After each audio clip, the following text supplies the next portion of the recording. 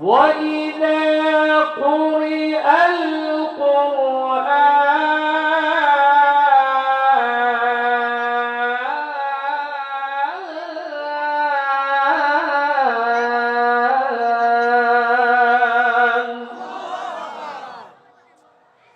যখন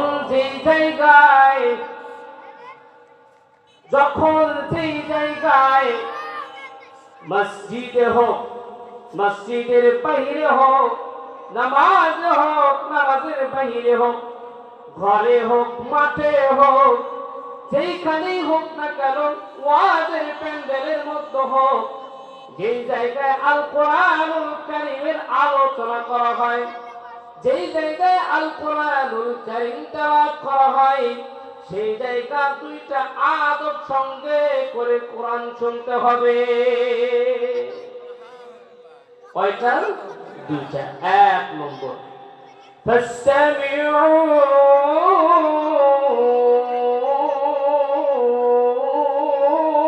লাহু। এক নম্বর হলো উলামায়ে কেরাম এসেছেন বাবে ইস্তিফআলের আমর সিগাইটা সাধারণ শোনা না, কান লাগিয়ে শুনতে হবে। অনেক ধরনের শ্রবণ আছে, আহার করে আবার কানে কথাও শুনে, কাজ করে কানে কথা শুনে, খাবার খায় আবার শুনে, গল্প গুজব করে আবার শুনে। শোনা যায় কি যায় না? যায়। কিন্তু আল কোরআনুল কারীমের ক্ষেত্রে এটা চলবে না। আল্লাহ নিয়ম বলে দিলেন কি? ইসতামিউ লাহু, দিলের কানে শুনতে হবে। এই মসজিদে এসে যদি আমরা হেলানকে টেক লাগিয়ে বাদাম খাই আর কোরআন শুনি, তাহলে এটা চলবে না। একেবারে মনোযোগ সহকারে শুনতে হবে। এই জন্য আমরা মাঝে মাঝে কিছু জায়গা রেখেছি। এটা কাদের জন্য? আমাদের জাতি ভাই শয়তানের জন্য। তাহলে এই জায়গাগুলা বন্ধ করা দরকার আছে না নাই? আছে। তাহলে জিকিরের সাথে সাথে আমরা এই জায়গাগুলো একটু পূরণ করতে পারি না? হ্যাঁ, লা ইলাহা ইল্লাল্লাহ। আসেন আসেন, লা ইলাহা ইল্লাল্লাহ, নেই কেহ নেই আল্লাহ ছাড়া, লা ইলাহা ইল্লাল্লাহ, লা ইলাহা ইল্লাল্লাহ, লা ইলাহা ইল্লাল্লাহ, লা